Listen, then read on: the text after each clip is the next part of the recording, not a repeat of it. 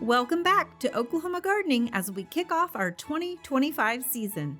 Today I'll share some of the exciting plans we have for our 50th anniversary and reveal a special collaborative t-shirt that you'll want to get your hands on.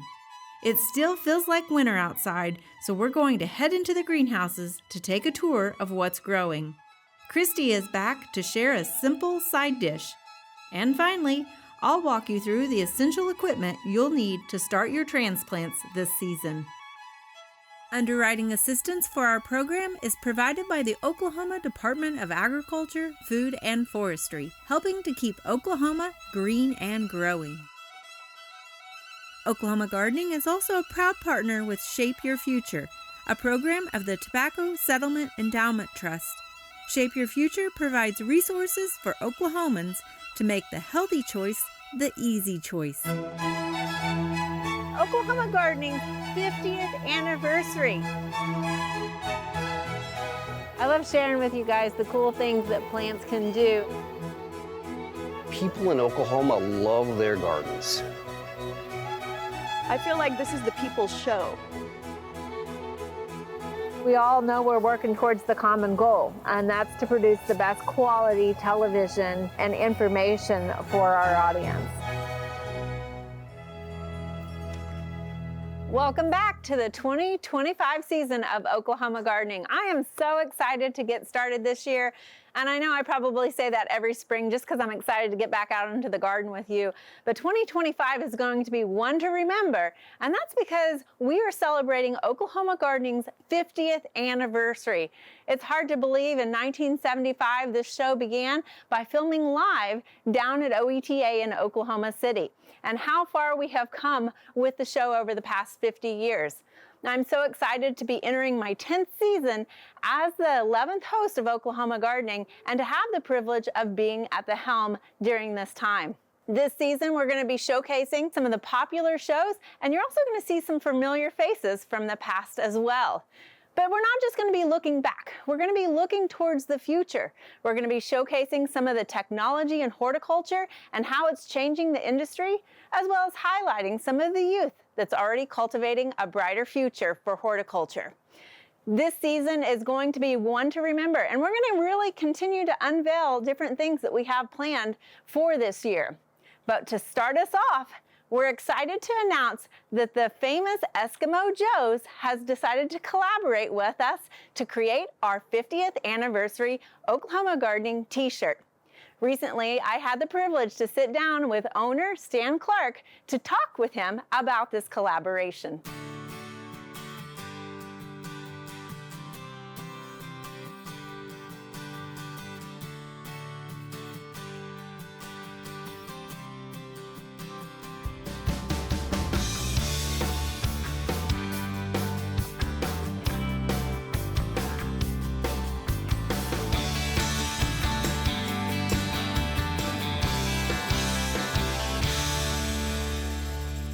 You guys, I am so excited. We are here at Eskimo Joe's, the original, right here in Stillwater, Oklahoma. And joining me is none other than Stan Clark himself, who is the owner and founder of Eskimo Joe's. And I mean, it's iconic. I grew up with Eskimo Joe's.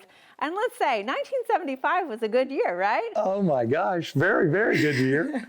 I was blessed to graduate from OSU in May of 75 and opened Eskimo Joe's July 21st of 1975. So 50 years ago, you guys are celebrating your 50th anniversary, and I'm so excited because we are also celebrating Oklahoma Gardening's 50th anniversary, and you have been gracious enough to co-brand a shirt with us. Voila! I was like, we've got to get a 50th anniversary t-shirt, and when you're talking t-shirts, there's no other place to go than Eskimo Joe's. So thank you so much for this.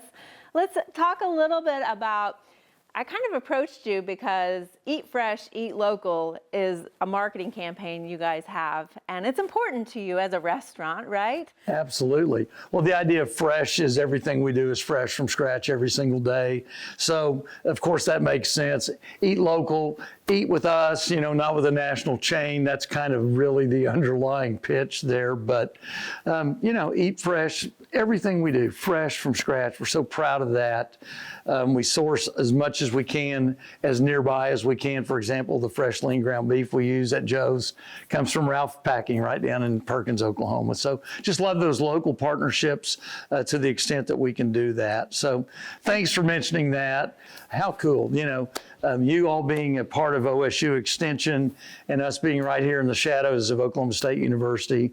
I mean, shucks, if it weren't for OSU, I would have never come to Stillwater in my life. I came here to go to school in '71. So I just think it's a perfectly natural partnership, and I just couldn't be more proud of the design, and hopefully it reflects the spirit of Oklahoma gardening. Well, it does. And in fact, when we first saw the design, I was looking at it, and there's so many, I call them Easter eggs, things that you start finding the more you look at it, And I really think that's reminiscent of a garden, because when you walk through a garden, you start to discover different things. And so Darren Main, right, is the artist, did a wonderful job on this. So we're so excited.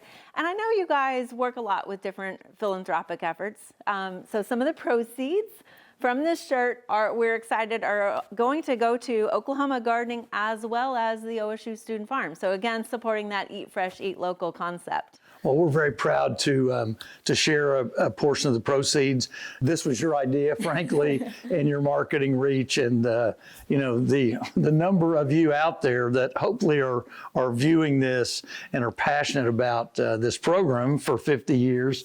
Will be interested in this, and just know that if you do decide to buy this shirt, that you are helping Oklahoma Gardening. Yes, so that's great. Absolutely. We know there's a lot of gardeners out there, and so people can get these here at the Stillwater location. That's correct. Also, you've got your Tulsa location, right? Yeah, we have a store at Woodland Hills Mall. Been there since the early 90s.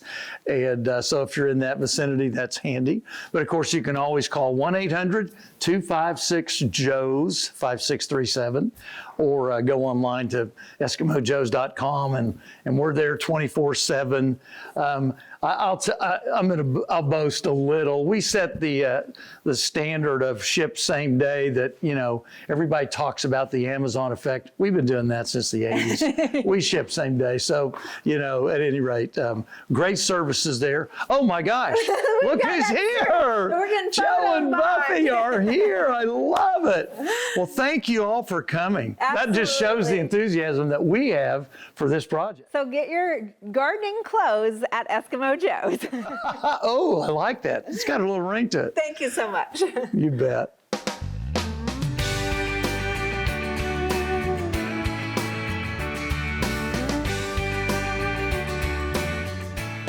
To get your very own Eskimo Joe's Oklahoma Gardening Collaborative t-shirt, scan here.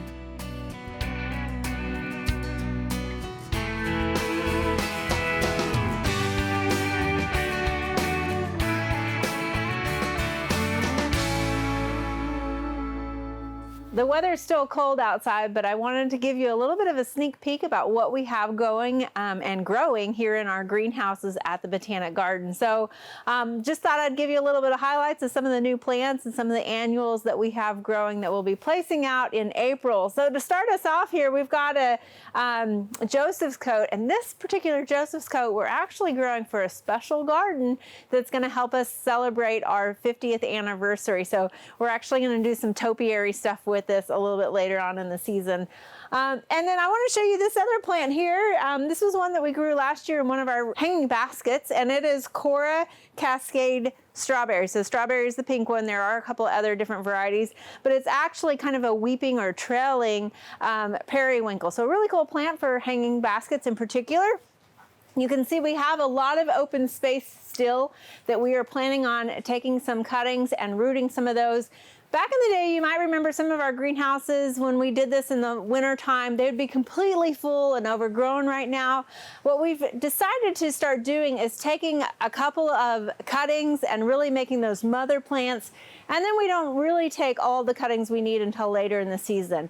Because what we were finding is we were having to pinch and prune them back so much, it was more maintenance than we really needed.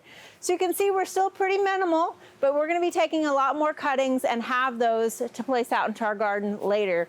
You can see some of the plants you probably recognize if you've ever been up here to the Botanic Garden.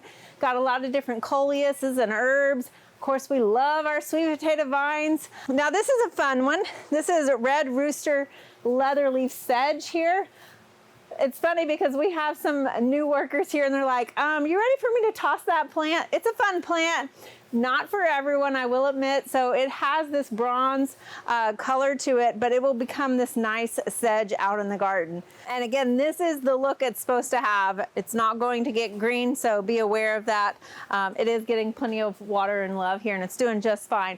Now you also see we've got several different vines growing here. One of my favorites is the Snell vine, and if you look, we've got some flowers that are just starting to come on here.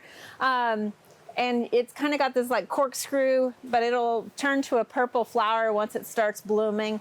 And then of course down the road we have, or down the way a little bit, we have our upside sweet potatoes. So those are the ones that actually climb for us. We've got black coffee, which is the dark one.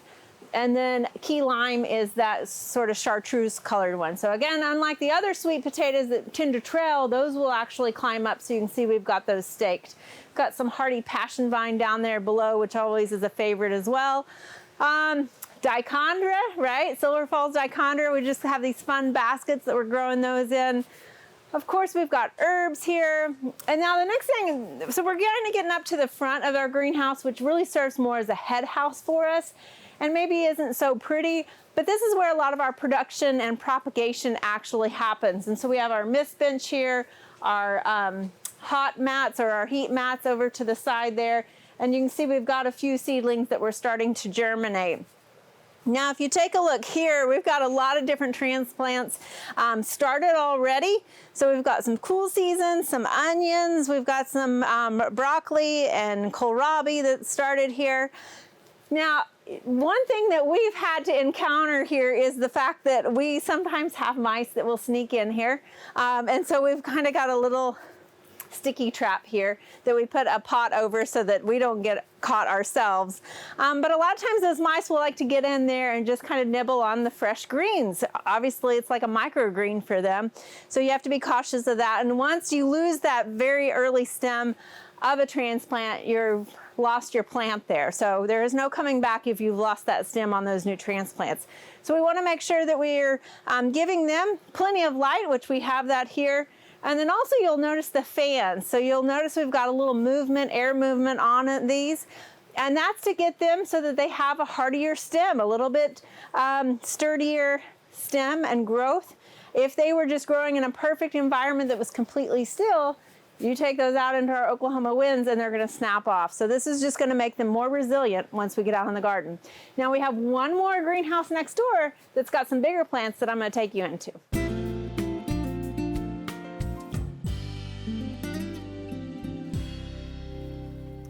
So here we are in our other greenhouse, and you can see we don't have the rolling tables in here because we have a lot larger potted plants, a lot of our tropicals that we put out on our patio.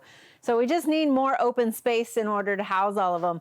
This is one of my favorite plants. Maybe doesn't look the best right now. Everything's more just kind of a holdover period until we can get it out in the warmer climate later on in the summertime. But that is that popcorn plant, which if you've never smelled it, just rub the foliage and it literally takes you to a movie theater with the smell of popcorn, buttered popcorn too. So we have a lot of different succulents. That's, I think, one of the biggest questions that we get asked about is our succulent garden, and do we take those succulents in? While there are some that are hardy, there are definitely a lot that we do bring in. So this is the pencil plant, you can see, and it's getting quite large. Some of these were actually kind of outgrowing our space here. And then we have a lot of our containers, so our different discs that we actually mount out into the garden on the posts. We have those here. And then again, a lot of our tropical plants that we like to put in our big containers. Now I got a little surprise for you. So in celebration of our 50th anniversary, this is a little bit of a sneak peek of what we are building to go into our 50th garden. And so we had Biosystems actually constructed these for us, and we've got some golden jasmine that we're working on growing up. It had a little bit of a mealybug problem, so it kind of took a little hit, but it's growing back out. It's got some good foliage on it. We've got a few months before we get it out into the garden, so hopefully it will really cover this, and we're excited to have it out there. So check back with us this summer out in the garden once we get these placed.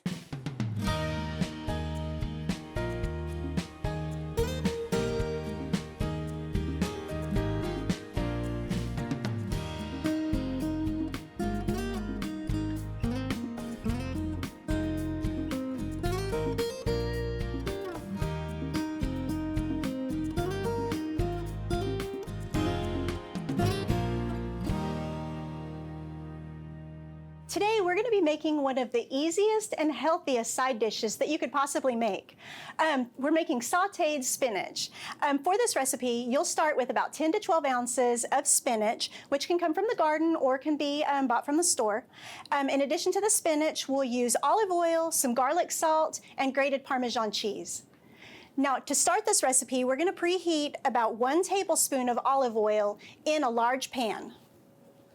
Okay, and now that we've added the olive oil, we can go ahead and add our spinach. And now you want to make sure that you're using a pan that's large enough for this large amount of spinach.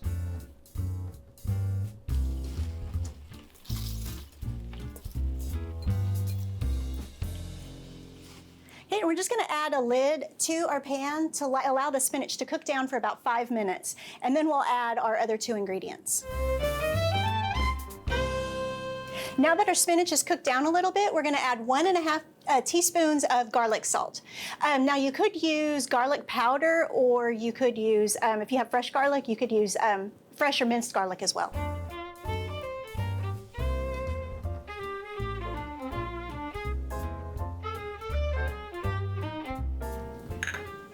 And then we'll add 1/4 cup of grated Parmesan cheese.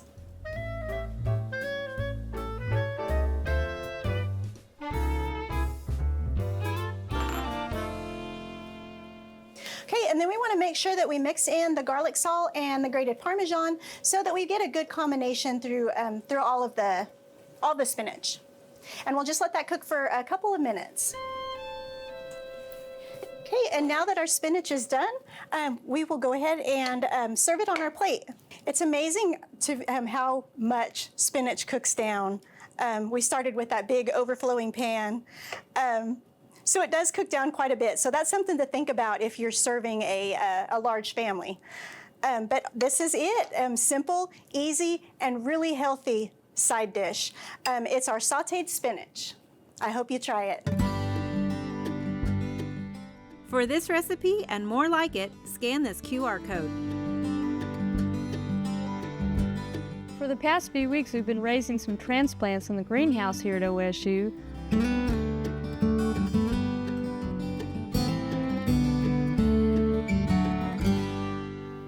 It is seed starting time. I know a lot of people were anxious to get out into the garden, but one thing you can do is start those transplants, and we can start our cool season crops right now. Might hold off a little bit on getting those warm season crops, but it's always nice to kind of remember what we might need to do that successfully indoors. Obviously, we're here in the greenhouse at the Botanic Gardens, but a lot of times you don't necessarily have to have a greenhouse. You can just have a small little setup in your own living room or something like that. But there are a few essential things that you might need to do in order to be successful. So I want to kind of show you some of these products that we have that are kind of fun on the market and really kind of useful too. So one of these is a new kit.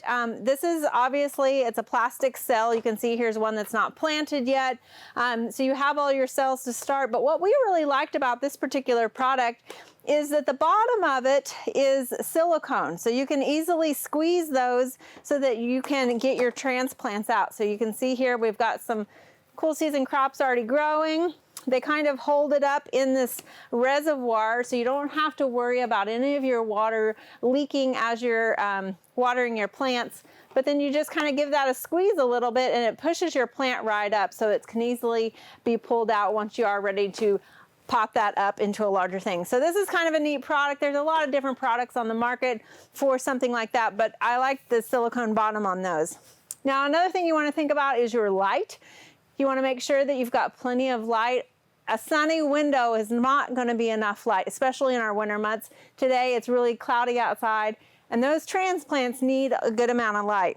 Now, when you're starting seeds, some seeds like light in order to germinate, some do not. So make sure you're reading your seed package carefully. Now, a couple of the different light options we have here, these are all LED lights, which are nice because they're not going to really emit any heat or anything like that. When you use traditional fluorescent grow lights, a lot of time there can be some heat, so you're going to have some maybe different irregular watering based off of where that light is on your transplants. So one of the ones that I like that's on the market is this sort of like Medusa looking one. You can buy these where they're just a single, or they've got maybe 4, and I've even seen them up to 8. You can see that this is red and blue wavelengths, which is the optimum color that plants actually like to receive. So you can kind of bend these. What's nice is it's got a clamp here, so it can hook onto your shelf or whatever it is you're growing on. If you just have houseplants and they need a little supplemental light in our kind of winter time right now, this also works for that as well. So the thing too about this is that actually you can change the light.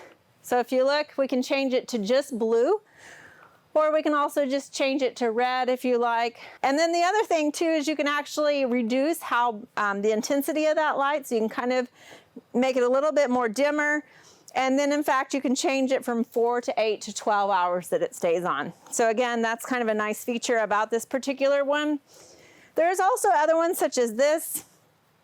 That's kind of a 2-strand light bar here. And then of course, like this, it's just a single one that we have that we just lay over on top of these. Now the thing about light is you want to make sure that it's very close as possible to your transplants, obviously not touching. But as those transplants begin to grow, you're going to raise that light up a little bit more. Now you might notice this mat we have here in front. This is a heating mat that you can put your plants on. Now, not so much for cool season crops, but definitely for warm season crops. A lot of times you'll need to supplement that heat and really increase that soil temperature. Because if you think about it, warm season crops like to go out in the ground when the ground is warmer. And so we're going to kind of mimic that by creating this heat mat for them. Now, one thing you might consider getting, whether it comes with your heat mat or you buy it separately, is a soil thermostat probe. And so this heat mat will actually plug into this, which allows us to put a thermostat probe down into our seeds that we're germinating here, so that it's regulating and fluctuating the heat mat temperature based off of the temperature of that soil. Because it's like you could set this heat mat, but you know, you've got ambient air that's going to affect that temperature of the soil. So this way you're really regulating that based off of that soil temperature, which is what's most critical in order to get your seeds to germinate and also your transplants to continue growing. Now we've got a lot of different things happening here, and another important component that might make it a little bit easier is just to get a timer. So you don't have to necessarily worry about, oh, I got to turn off my light, or is my heat mat still running? So setting a timer so that you can regulate specifically how much light or how much heat your plants need during that daytime is a nice addition. And of course, this has 2 plugins, so you can plug in multiple lights or different components to your growing system here. Now let's move over a little bit more. I got a couple of things. So one of the critical things about growing seeds or even starting your transplants is the fact that you are starting with a plant that like has no roots basically. It is just starting those roots, or it has a very small amount of roots after it starts germinating. And so it has no capacity to really take up a lot of moisture and to really regulate itself So one of the things is we want to really baby these plants and give them a high humidity environment so that they don't have to really search for moisture with those roots. So these like humidity domes help do that. There's a lot of different types on the market, different sizes. So this obviously allows you to grow your plants a little bit taller than what this does. This is also a lot heavier, right? And so we actually set these lights just right on top of here because they don't get hot, and so it really can handle that. Whereas this kind of will slide off a little bit more. It's a little bit more flimsy. You might just get a couple of seasons out of this, whereas this will last a little bit longer. And this is just one of those simple kind of cheap trays. You could put your pots in here because again, there's no holes in this one. But having a spray bottle is important. So you're always going to want to see some condensation on that dome. That tells you that there is moisture in there available to those seeds as they're germinating. So make sure you just keep a spray bottle of water on your growing bench so that you can just kind of spray that in there and keep that humidity high. So having some of these different components is what's going to lead you to success this season as you start your transplants.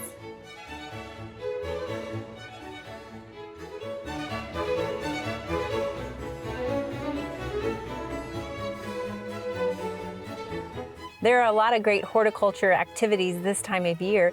Be sure and consider some of these events in the weeks ahead.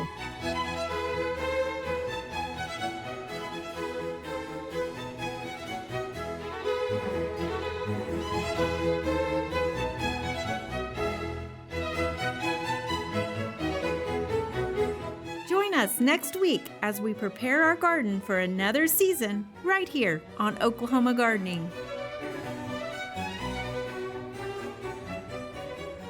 Plants are growing in, so that's kind of a nice thing. So make sure you're looking for that. Sorry. Welcome back to the 2025 season. Okay.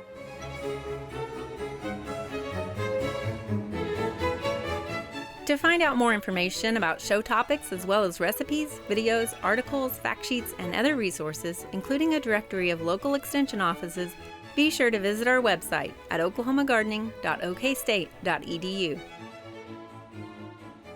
Join in on Facebook and Instagram. You can find this entire show and other recent shows as well as individual segments on our Oklahoma Gardening YouTube channel. Tune in to our OK Gardening Classics YouTube channel to watch segments from previous hosts. Oklahoma Gardening is produced by the Oklahoma Cooperative Extension Service as part of the Division of Agricultural Sciences and Natural Resources at Oklahoma State University. The Botanic Garden at OSU is home to our studio gardens, and we encourage you to come visit this beautiful Stillwater gem. We would like to thank our generous underwriters, the Oklahoma Department of Agriculture, Food, and Forestry, and Shape Your Future, a program of the Tobacco Settlement Endowment Trust. Additional support is also provided by Greenleaf Nursery and the Garden Debut Plants, the Oklahoma Horticulture Society, the Tulsa Garden Club, and the Tulsa Garden Center.